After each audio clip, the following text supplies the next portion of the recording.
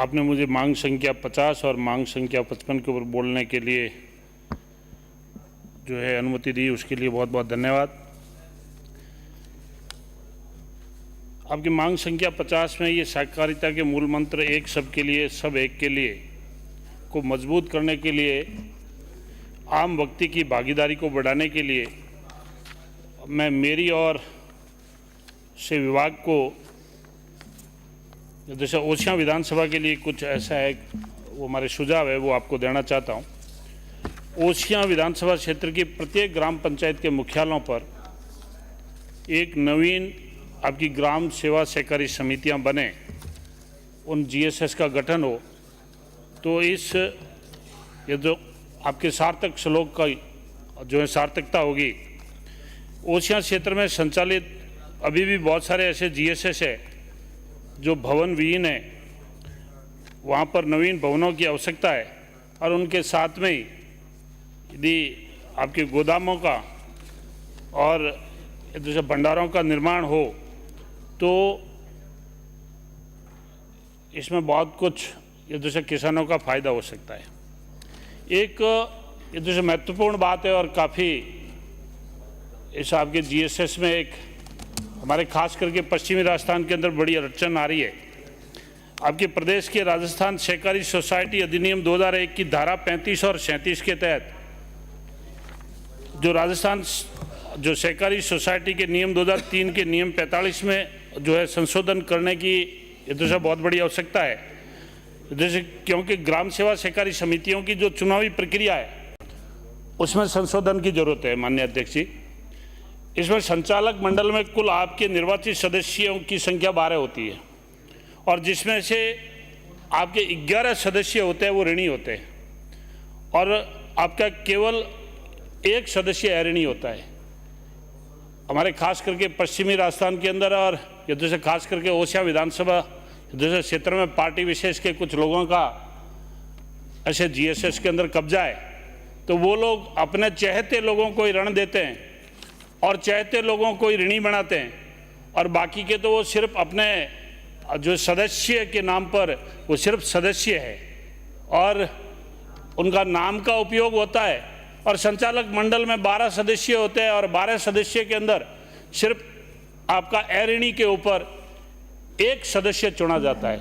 ये उनके साथ में बहुत बड़ा उनके हितों का कुठाराघात होता है और मैं समझता हूँ जो है सब एक के लिए और एक सब के लिए इस ऐसा नारे का भी ये दशा बहुत बड़ी धज्जियाँ उड़ाई जा रही है।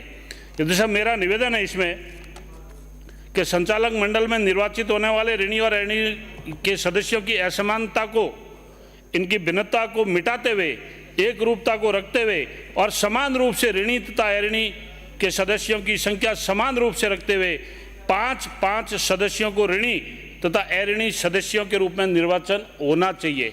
क्योंकि इसके अंदर जो व्यवस्थापक है और जो अध्यक्ष है, जो जिनके चहेते हैं उन्हीं को ऋण देते हैं और जो चहेते हैं उन्हीं को ऋण देते हैं और वही वोटिंग करते हैं। तो वर्षों से हमारे जीएसएस पर इतने काबिज हो गए। जैसे मुझे याद आ रहा 2013 से 18 के बीच में जब 2 दिनों के लिए विधानसभा आपकी स्थगित रही और हमारे आपके ओसियां विधानसभा क्षेत्र के अंदर आपका लगभग 84 करोड़ रुपए मुआवजा का मिला था अतिवृष्टि ओलावृष्टि के टाइम में। तो इन ऐसा सहकारी समितियों के मार्फत उन किसानों को मुआवजे का बंटवारा हुआ। एक जो है किसान का खेत एक किसी ग्राम पंचायत में था और दूसरा खेत और किसी गांव में था, एक खेत किसी और ग्राम पंचायत में था। इन जीएसएस वालों ने उन बड़े बड़े किसानों को ये बोला कि आप एक जगह से मुआवजा ले सकते हैं। उन जीएसएस वालों ने उस किसान को एक जगह से मुआवजा दे दिया, लेकिन उन्हीं जीएसएस वालों के आपके जो है व्यवस्थापक और अध्यक्ष ने जो दूसरी जगह की किस्त आई हुई थी वो उन्होंने खुद ने फर्जी साइन करके और वो किस्तें उठा ली। उसके अंदर भी करोड़ों रुपए का घोटाला है। यदि आप जांच करवाएंगे तो उसके अंदर भी बहुत सारा घालमेल ये दूसरा निकलेगा। इन जीएसएसओ के अध्यक्ष का कार्यकाल अन्य सहकारी बैंकों की तरह आपके जिला सहकारी बैंकों में सीसीबी में 2 बार से ज़्यादा नहीं हो, ताकि अन्य सदस्य की भूमिका व भागीदारी भी सुनिश्चित हो सके। इन जीएसएसओ के अधिकांश अध्यक्ष व व्यवस्थापकों के बीच में जो समन्वय और जो आपका सामंजस्य है वो नहीं होने के कारण आपके सहकारिता के सिद्धांतों के उद्देश्यों की पूर्ति नहीं हो पा रही है।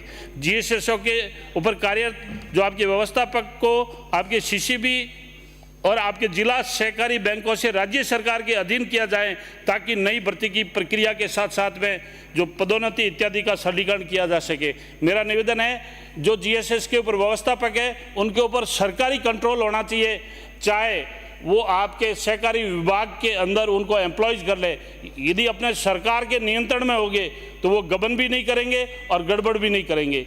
ये मैं बात आपको दावे के साथ कह सकता हूँ, क्योंकि उनके ऊपर कोई सरकार का कंट्रोल नहीं है और एक बोलना चाहिए मिनिमम उनको इतना सा वेज देते हैं और वो इतने न्यूनतम वेज के अंदर यदि वो गड़बड़ घोटाला नहीं करेगा तो और क्या करेगा। ये आपके लिए, हमारे लिए, सबके लिए सोचने का विषय है। ओशिया क्षेत्र के अंदर जो नवीन कस्टम जो है हायरिंग केंद्र खोलने की जो है स्वीकृति प्रदान करावे। ग्राम सेवा सहकारी समितियों के पार्टी विशेष के राजनीतिक हस्तक्षेप व दखल को कम करने के लिए, आमजन की भागीदारी व भूमिका को बढ़ाने के लिए प्रदेश के राजस्थान सहकारी सोसाइटी अधिनियम के तहत चुनावी प्रक्रिया के नियमों में संशोधन करना जनहित के अंदर बहुत जरूरी है। मेरा माननीय मंत्री महोदय जी से निवेदन रहेगा कि जो आपकी चुनावी जो प्रक्रिया और प्रणाली है इसमें संशोधन करना बहुत ज़रूरी है। नहीं तो आपके 11 सदस्य ऋणी में आते हैं, 1 सदस्य अऋणी में आते हैं और लोन देने वाले आपके पर्टिकुलर कुछ ही संख्या में लोग हैं जिनको लगातार जीएसएस से लोन मिलता है। वो अपने व्यवस्थापक और अध्यक्ष की सेटिंग से मिल जाता है और अऋणी हमेशा ही अऋणी है, वो सिर्फ सदस्य ही रहता है और सिर्फ वो संचालक मंडल में अपना 1 सदस्य आता है, इसलिए वो कुछ जो बोलना चाहिए कर नहीं सकता है। जो आपकी मांग संख्या 55 है उसमें मैं जो है माननीय मंत्री महोदय जी से मेरा निवेदन है, इन खाद्य सुरक्षा और आपके गांवों के डीलर ने हमारे ओशिया विधानसभा क्षेत्र के अंदर कम से कम जो है 5-7 डीलरों को आपके इन्फोर्समेंट ऑफिसर ने ऐसा रंगे हाथ गांवों को चोरी करते हुए पकड़ा गया।